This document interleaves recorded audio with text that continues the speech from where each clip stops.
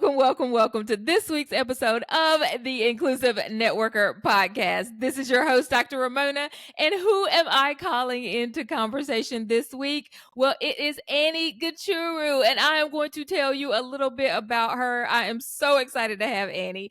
Annie Gichuru is a leading racial equity coach and consultant for online entrepreneurs. During the past 3 years, she has helped many prominent online business leaders build intentionally inclusive businesses, the most notable of which is her partnership with the Beautiful You Coaching Academy, where she supports trainees and emerging coaches as a DEI trainer.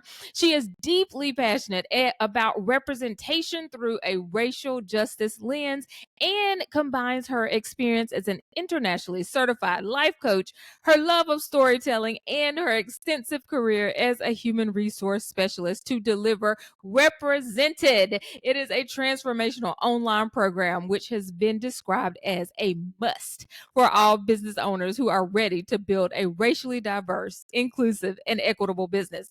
Annie's grace, gentle spirit, and passion for a racially equitable world is setting her apart in the coaching and personal development industry as a compassionate educator with an incredible space holding ability. Annie has called Australia. She is all the way from Australia.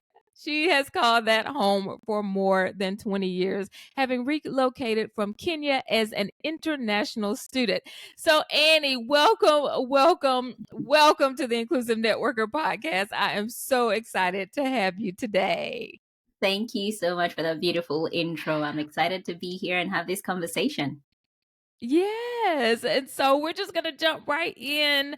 The first question that I always ask people who are a part of the Inclusive Networker podcast is, what is your lens? So tell me, what is your lens? What is your background? How did you get to where you are now? All right. Well, my lens is one that is a Black migrant woman, originally from Kenya, as you mentioned in the intro, and have been calling Australia home for over 20 years. My lens is really very much from having grown up in a colonialized country. So Kenya was a British colony. And so our relationship to whiteness has been one that has really been steeped in white supremacy, despite the fact that, Kenya is a country that is 90+% Black people. We have still felt the effects of, white supremacy, exclusion, oppression. And coming to Australia, I often say, and I came here as an international student and have chosen to call this place home now. I didn't realize I was Black until I came to Australia because of just how Black I felt, because there weren't many other Black people that I was around. So it was like the first awakening. And it's not because I didn't know I was Black. I know I am Black, but it's because of being in spaces that were predominantly white that I did feel my Blackness in such a big way. And so the lens with which I teach is this work of racial equity is calling in rather than calling out. I have found it to have a deeper lasting impact. And because our landscape here in Australia is very different to the landscape in the US, whilst racism is everywhere in the world and the impact of white supremacy, it is dealt with differently. The experiences that perhaps, African Americans or Black Americans face in the US is very different for us here in Australia. And so bearing that in mind as an educator and a space holder, when it comes to teaching this work and doing it from that calling in lens rather than the urgency or the kind that you ought to know better here, that ought to know better, honestly, doesn't quite work, because every time something happens, it's a little bit of a shock to the system.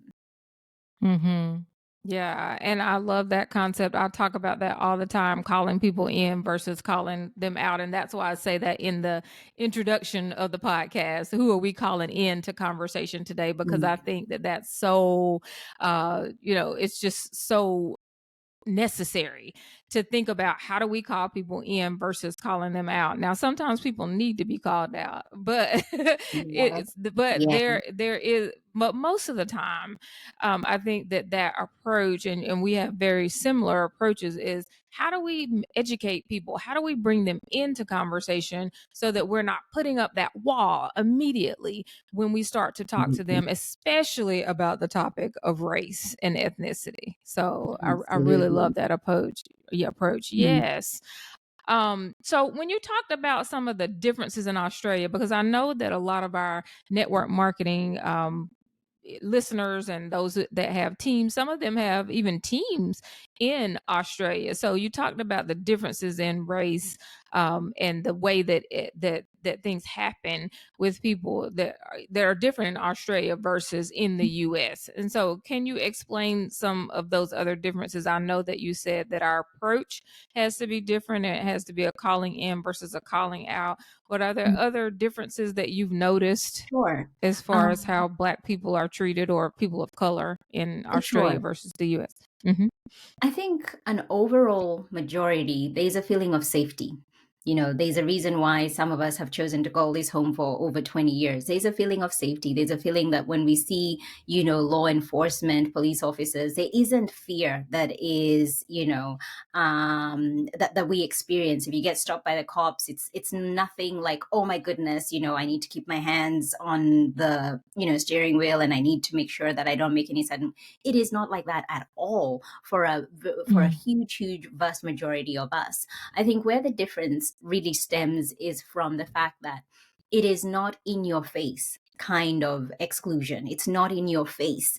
It is very much dialed down, and it'll take you a minute. It'll take you a minute to realize, hey, hang on, you spoke to me in a way that it wasn't just because of that's how you do it. I think you spoke to me that way because it's a race issue, because I'm Black. It's very covert. You will not know until after a little while, where you go like, hang on, something doesn't seem right. For example, Hmm. walking into a liquor store to go and buy some wine, but you just have a feeling when you walk in. It feels different. You can't quite put your finger on it, but it feels different.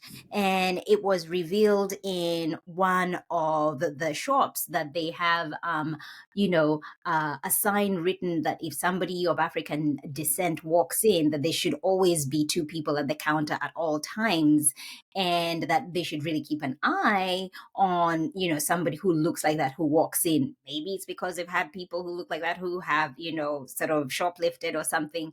But it's things like that that you feel and you can't quite articulate, but there's a difference, that the energy has shifted when you've walked in. So it's things like that. Whereas in the States, it is a little bit more overt. That people are treating you a certain way, and there's a history to back it up as well.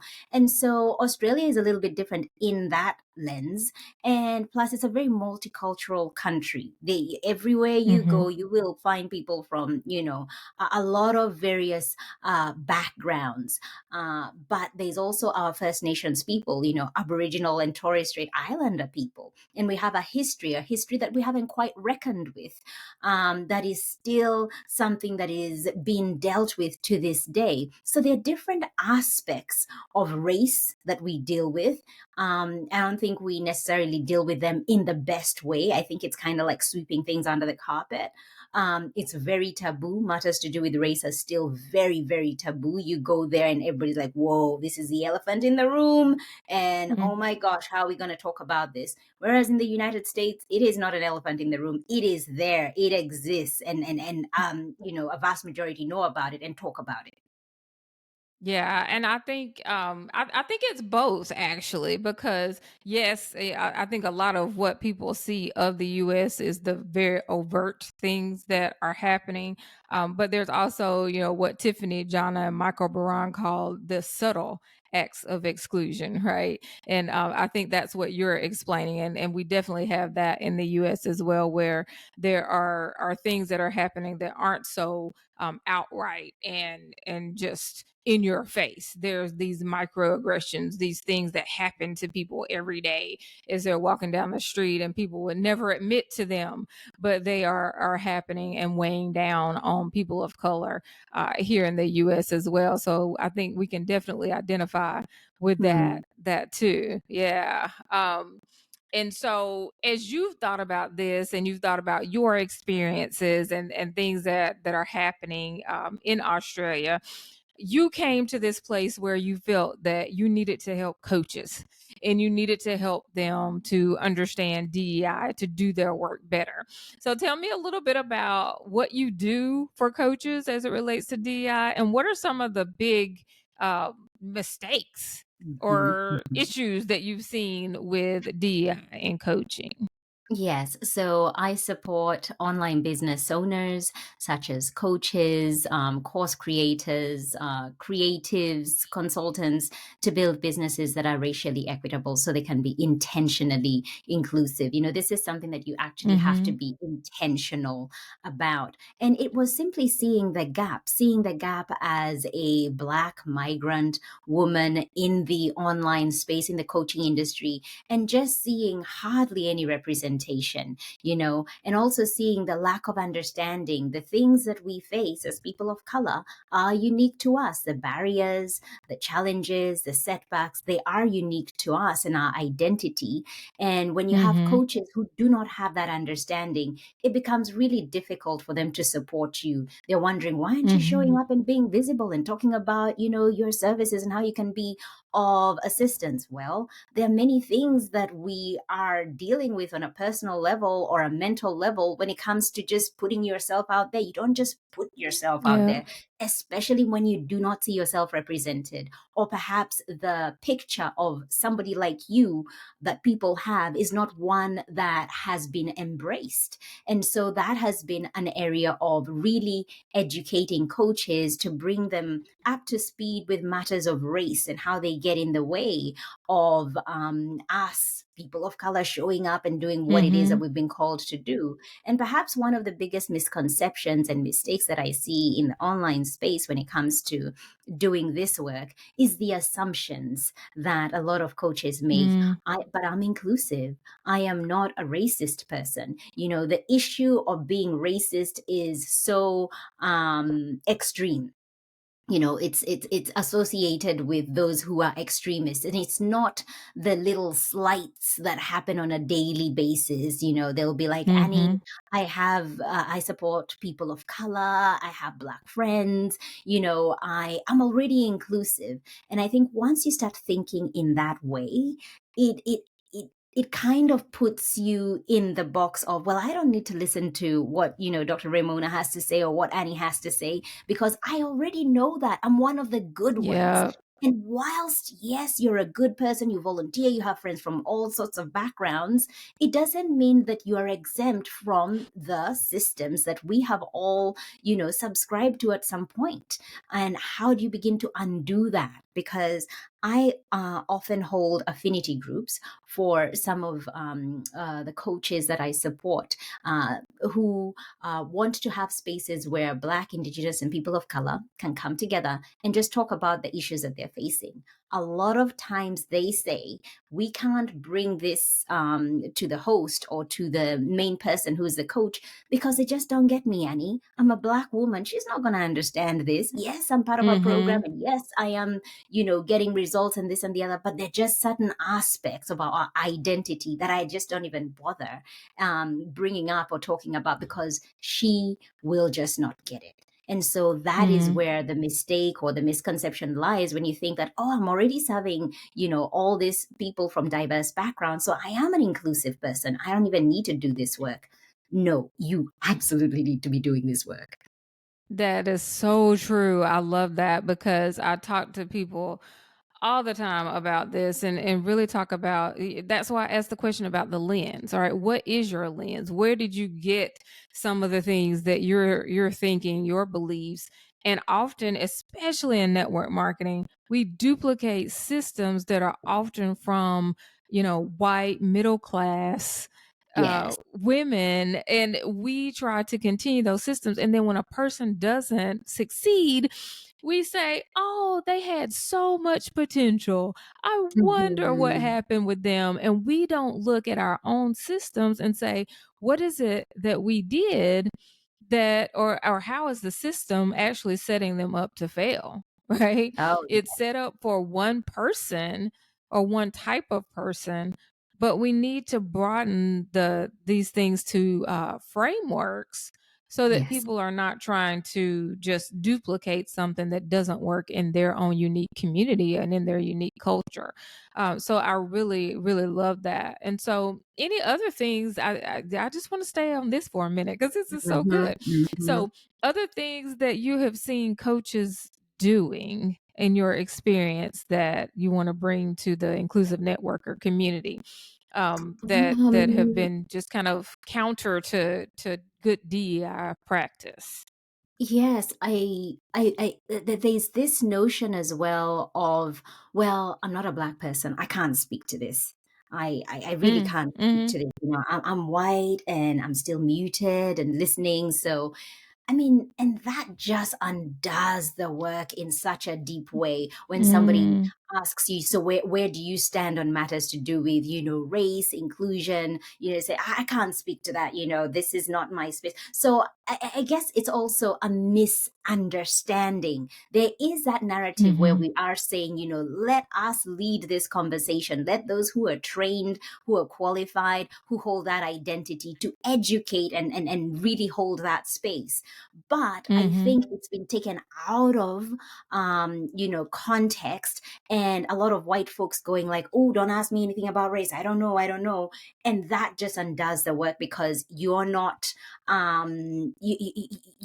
you're not sharing your opinion. You're not saying, look, I don't stand for this kind of nonsense. This is the kind of leader I am. I'm still in the mhm. process of doing the work.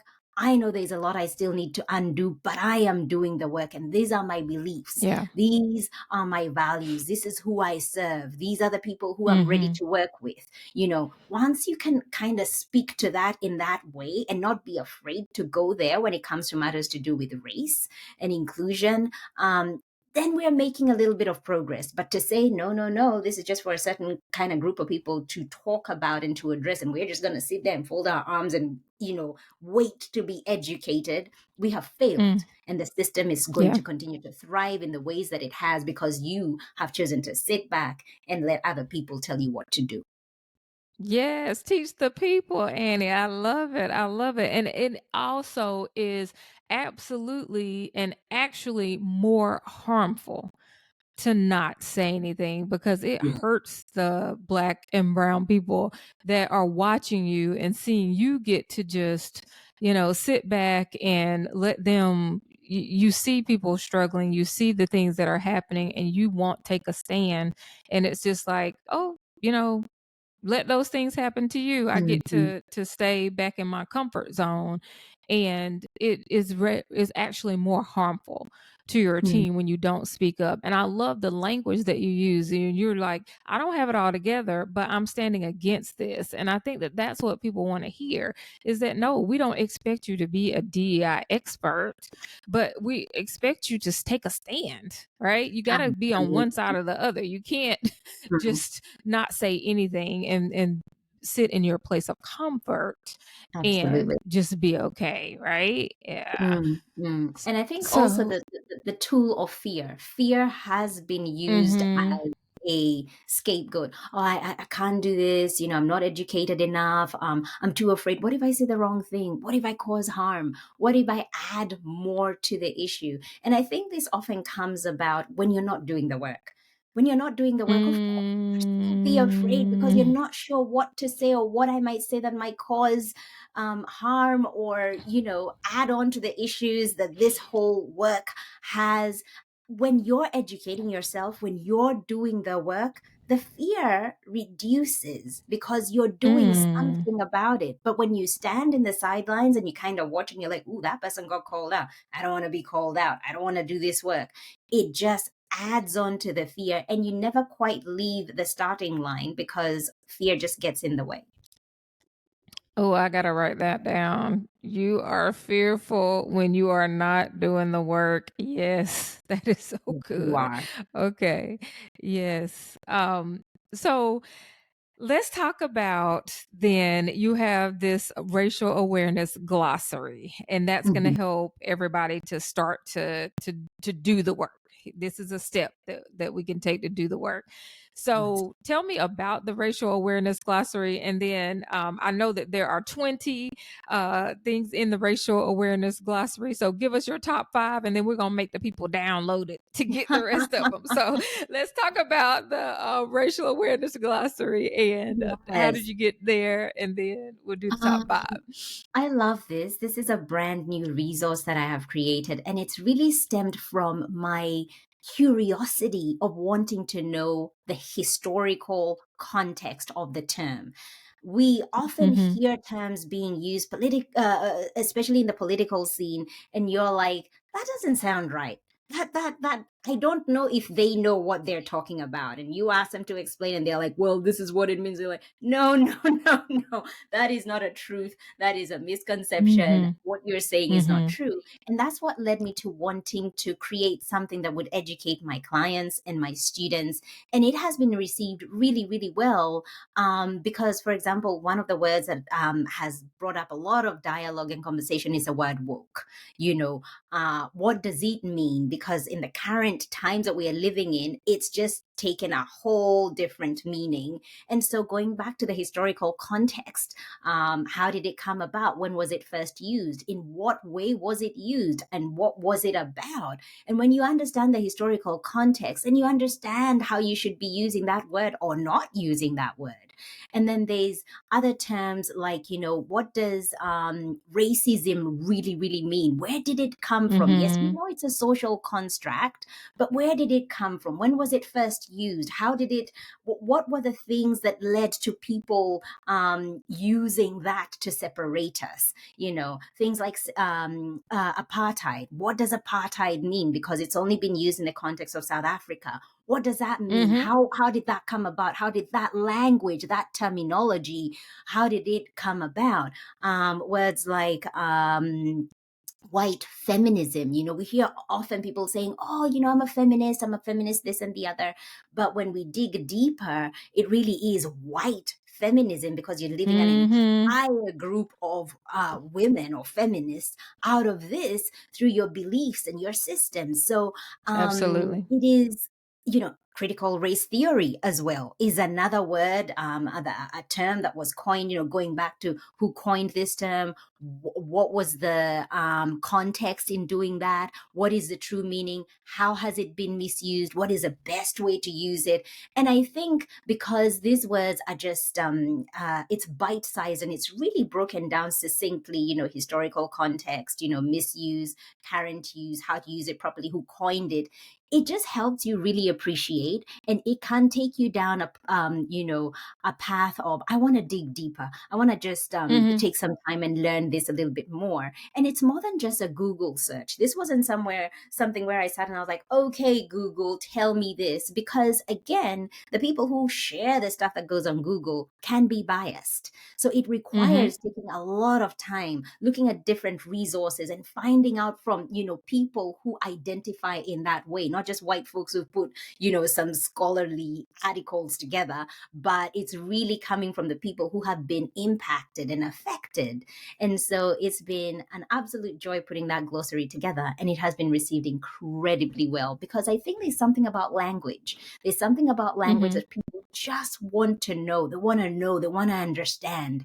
And once Yeah. you begin to have that understanding, you begin to look at this work a little bit differently, because when you understand the true meaning of the word woke, you no longer feel opposed to it. You no longer feel like, oh, this is divisive. They're trying to separate us. Once you understand the true original definition of it, you're like, okay, I want to dip my toe into this work because I want to have a deeper Mm-hmm. understanding in order to make me a better person and have a better influence around the people who I impact, be it in my business or in my Mm-hmm. life.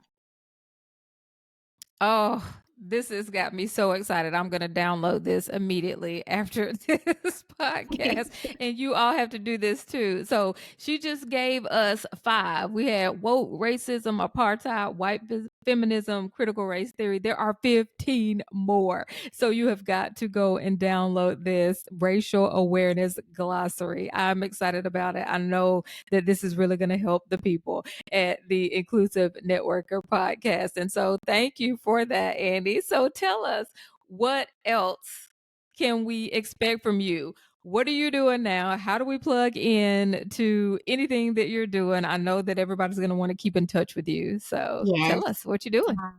Currently working on a pop-up podcast where I Okay. will be teaching. It's an intensive, an inclusive language intensive that I will be teaching in the form of a pop-up podcast. I often find my clients and students find it hard just to stay at your desk and study. And so having a pop-up podcast where they can listen to, a couple of bite-sized episodes, they can learn as they are multitasking. They can learn as they're doing their daily walk and so on. So that's something that I am working on right now. And by the time I think this goes to air, it will be available. The inclusive Awesome. language intensive in the form of a pop-up podcast, and it will be on all streaming platforms. Awesome. And so where do we find you? How do we find you on social media or wherever that you are the most? I spend most of my time on Instagram. My handle is Okay. Annie.Gichuru. And if you go to those links, you will find everything you need. The glossary, you will find the inclusive language intensive pop-up podcast, and you'll find me sharing my free teachings on building a racially equitable business. Awesome. Well, thank you so much, Annie, for being on the Inclusive Networker podcast. And thank you all so much for listening to this episode of the Inclusive Networker. Thank you again to my fabulous, fabulous guest, Annie Gichuru. You will find her information in the show notes, and we will see you on the next episode of the Inclusive Networker. Bye.